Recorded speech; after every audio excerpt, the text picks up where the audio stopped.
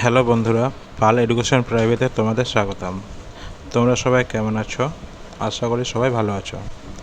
তো আজকের ভিডিওতে আমরা আলোচনা করব এর আগের ভিডিওতে আমি যে 2025 উচ্চ মাধ্যমিক রাষ্ট্রবিজ্ঞান সাজেশন দিয়েছিলাম তার প্রথম প্রশ্ন সম্পর্কে। ভিডিওটি শুরু করার আগে সকলের কাছে অনুরোধ, যারা এই চ্যানেলে প্রথম তারা চ্যানেলটি সাবস্ক্রাইব করে অল নোটিফিকেশন অন করে রাখো পরবর্তী ভিডিও সবার আগে পাওয়ার জন্য। তো চলো বন্ধুরা, শুরু করা যাক আজকের ভিডিও। প্রথম অধ্যায়ের নাম আন্তর্জাতিক সম্পর্ক। চলো এবার প্রশ্নটা দেখে নিই। প্রশ্নটা হলো, ক্ষমতা বা শক্তি কাকে বলে? ক্ষমতা বা শক্তির উপাদানগুলি আলোচনা করো। উত্তর, ক্ষমতার অর্থ ও সংজ্ঞা নিয়ে রাষ্ট্রবিজ্ঞানীদের মধ্যে মতভেদ রয়েছে। মর্গেনথাউ এর মতে অন্যের মন ও কার্যকলাপের ওপর প্রয়োগযোগ্য সম্পর্কই হচ্ছে ক্ষমতা। আর গানাস্কির মতে শক্তি বা ক্ষমতা হলো কোনো ব্যক্তির নিজ ইচ্ছা অনুযায়ী অপরকে নিয়ন্ত্রণ ও প্রভাবিত করার ক্ষমতা।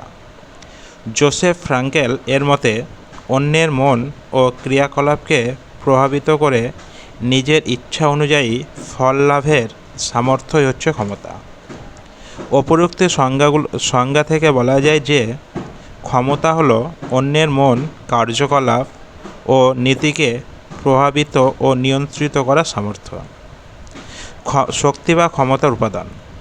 মর্গেনথাউ, E.H. কার, জোসেফ ফ্রাঙ্কেল প্রমুখ রাজনৈতিক বিশেষজ্ঞ ক্ষমতার উপাদানগুলি সম্পর্কে আলোচনা করেছে। ক্ষমতা বা শক্তির গুরুত্বপূর্ণ উপাদানগুলি হল: 1.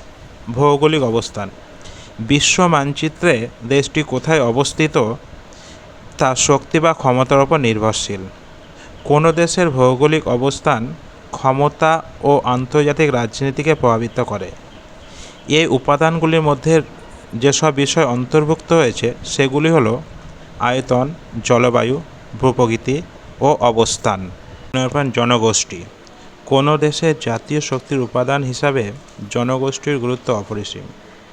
প্রচুর জনসংখ্যা উৎপাদনে সহায়ক, কারণ প্রচুর পরিমাণে শিল্প ও কৃষিকাজে দক্ষ শ্রমিক পাওয়া যায়, যা উৎপাদনের ক্ষেত্রে সহায়ক হয়।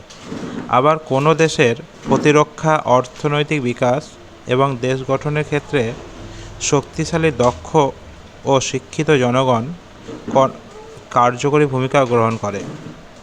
জনসংখ্যা বেশি হলে বিভিন্ন ক্ষেত্রে প্রতিনিধিত্ব, নেতৃত্ব, প্রতিভার সন্ধান সহজলভ্য হওয়ার সম্ভাবনা বেশি থাকে। সামরিক ক্ষমতা। জাতীয় শক্তির প্রধান প্রত্যক্ষ উপাদান হল সামরিক ক্ষমতা।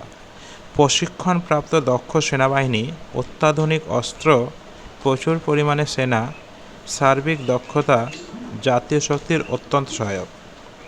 তবে সামরিক ক্ষেত্রে, বিশেষ করে পরমাণু শক্তি, বিশাল বাহিনী এবং অর্থ অনেক সময় কাজে আসে না। তার প্রমাণ ভিয়েতনাম যুদ্ধে মার্কিনদের পরাজয়। 4 নম্বর পয়েন্ট, সরকার। রাষ্ট্রীয় ক্ষমতার ক্ষেত্রে সরকারের ভূমিকা যে অতি গুরুত্বপূর্ণ এ কথা অনস্বীকার্য। পররাষ্ট্র নীতির নির্ধারণ করা এবং সেই নীতির পক্ষে জনসমর্থন সংগ্রহ সরকারের প্রধান দায়িত্ব। সরকার তার নিজস্ব প্রচার যন্ত্র, আমলাতন্ত্র, রাজনৈতিক দল ইত্যাদির মাধ্যমে দায়িত্ব পালন করে। সরকার রাষ্ট্রের অর্থনৈতিক নীতি নির্ধারণ ও নিয়ন্ত্রণের মাধ্যমে রাষ্ট্রের সামরিক শক্তিকে সম্পূর্ণভাবে নিয়ন্ত্রণ করে। পরবর্তী পয়েন্ট, কূটনীতি। অনেকে কূটনীতিকে জাতীয় শক্তির মস্তিষ্ক রূপে বর্ণনা করেছেন। মর্গেনথাউ এর মতে যেসব উপাদান নিয়ে কোনো জাতির গুরুত্বপূর্ণ হলো কূটনীতি। কূটনীতির মাধ্যমে একটি দেশ তার জাতীয় শক্তির অন্যান্য উপাদানকে সার্থকভাবে প্রয়োগ করতে পারে। সমাপ্ত। ভিডিওটি যদি ভালো লেগে থাকে তবে ভিডিওটি অবশ্যই লাইক, কমেন্ট, শেয়ার করো এবং চ্যানেলটিকে অবশ্যই সাবস্ক্রাইব করে অল নোটিফিকেশন অন করে রাখো পরবর্তী ভিডিও পাওয়ার জন্য।